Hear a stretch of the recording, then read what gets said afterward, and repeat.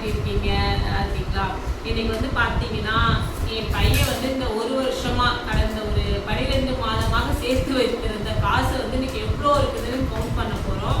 அது இந்த ரூபா நோட்லாம் இல்லைங்க. அவன் எங்ககிட்ட கேட்டது என்னன்னா, நீங்கள் காசு கொடுங்க சேர்த்து வைக்கிறேன்னு சொன்னான். சரி, அது நான் ஃபஸ்ட்டு இந்த ஒரு ரூபாயா இந்த சில்லறை காசுலாம் சேர்த்து வை, அதுக்கப்புறம் ரூபா நோட்டு தரோம் அப்படின்னு சொல்லியிருந்தோம். இப்போ வந்து ஒரு வருஷமா வந்து சேர்த்து வச்சிருக்கான். இதுல எவ்வளோ இருக்கு அப்படின்ட்டு நம்ம இன்னைக்கு எண்ணிக்கலாம்.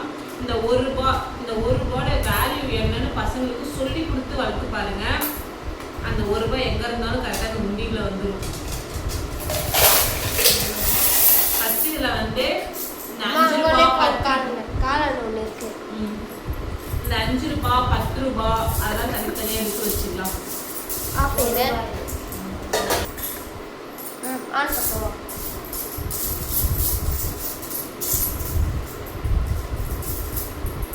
எனக்கு தெரிஞ்சதுல 1 ரூபாய் 2 ரூபாய் தான் அதிகமாவே இருக்குது.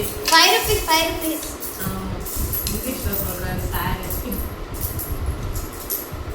பசங்களுக்கு சேமிப்போடைய அருமையை சொல்லி கொடுத்து வளர்த்து பாருங்க. நிஜமா சூப்பரா இருக்குது இந்த அனுபவம்லாம்.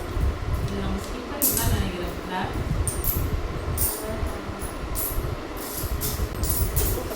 காசு மட்டும்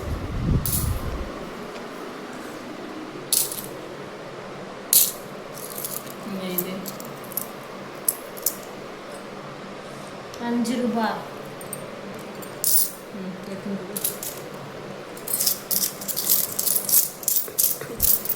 ஸ்டார்ட். இது வந்து பாத்தீங்கன்னா 2 ரூபாய் 1 ரூபாய் தான் அதிகமாவே இருக்குது. எனக்கு தெரிஞ்சு இதுல எவ்வளோ இருக்குன்ட்டு தோராயமா வந்து பாத்தீங்கன்னா எப்படி ஒரு 1000க்கு மேல வரும்னு நினைக்கிறேன். நீங்க எவ்வளோ இருக்குன்னு உங்களுடைய கெஸ்டிங்ல எவ்வளோ இருக்குன்ட்டு மறக்காம கமெண்ட் பாக்ஸ்ல சொல்லுங்க.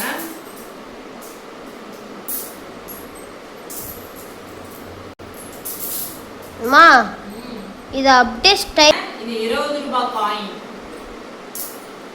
இது வந்து நான் ஃபர்ஸ்ட் பார்க்கும்போது ஆச்சரியப்பட்டேன். 20 ரூபாயில காயினா? 10 ரூபாய் காயினே செல்லாதுன்னுட்டாங்க ஒரு டைம்ல. 20 ரூபாய் காயின் எவ்வளவு ரூபா செல்லும் அப்படின்னு நினைச்சேன்.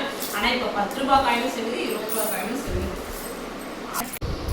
அவசியம் உங்க வீட்டு பிள்ளைங்களுக்கெல்லாம் சேமிப்பை பத்தி ஒவ்வொரு டைம் சொல்லி கொடுத்து வளர்த்து பாருங்க. சேமிப்புன்றது அவங்க இப்பவே ஸ்டார்ட் பண்ணாதான் அவங்க பெருசாகும் போது அந்த காசோடைய அருமை தெரியும். அந்த 1 ரூபாய் செலவு பண்ணும்போது அந்த 1 ரூபாயோட வேல்யூவும் நம்ம சொல்லி கொடுக்கணும். இந்த 1 ரூபாய் என்னென்னலாம் பண்ணலாம்.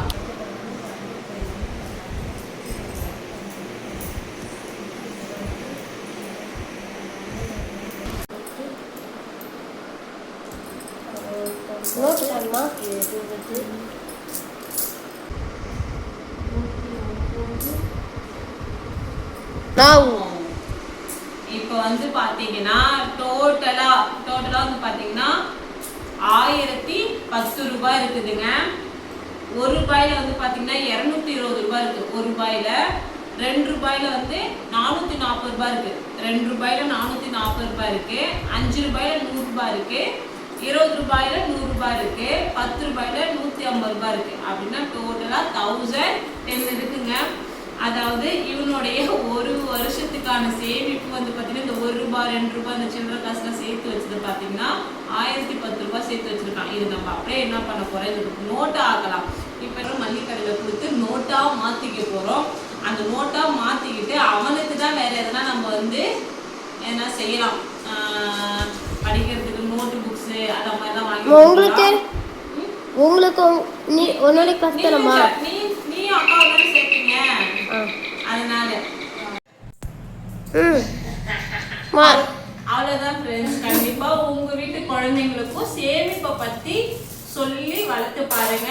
அது அவங்களுடைய ஃபியூச்சர் நல்லா இருக்கும். அந்த சேமிப்போடைய பயனை தெரிஞ்சுக்கிட்டா அவங்களுக்கு அந்த ஃபியூச்சர் நல்லா இருக்கும். கண்டிப்பா இந்த வீடியோ உங்களுக்கு பிடிச்சிருந்ததுன்னா நம்ம சேனலை சப்ஸ்கிரைப் பண்ணிக்கோங்க. இனி ஒரு வீடியோவில் பார்க்கலாம். Bye bye.